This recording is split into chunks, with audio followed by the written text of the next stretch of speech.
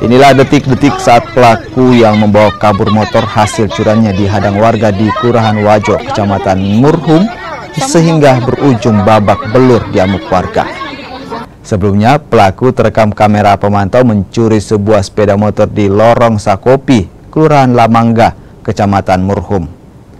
Korban yang merupakan seorang mahasiswi lalu memasukkan potongan video aksi pelaku ke media sosial hingga viral. Pelaku yang sedang beraksi hendak mencuri handphone menggunakan motor curiannya, akhirnya dikenali warga. Pelaku pun dibawa ke Polsek Murhum bersama barang bukti motor hasil curian usai dihajar warga. Kita cari itu motor, jangan sampai ada yang iseng gitu, kasih sembunyi itu motor. Kita iseng, ada orang iseng.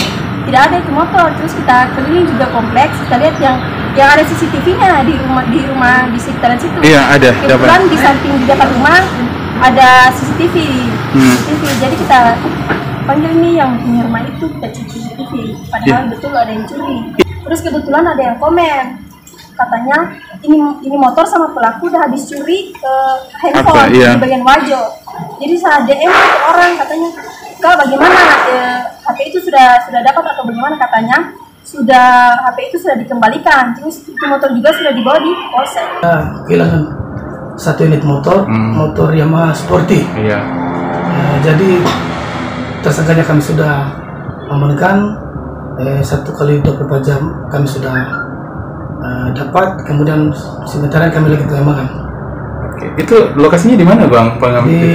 Lokasinya di Lorong Sakopi, Kelurahan Lamangga. Oke. Itu motor yang diambil itu bagaimana bisa didapat sama akhirnya didapat kembali?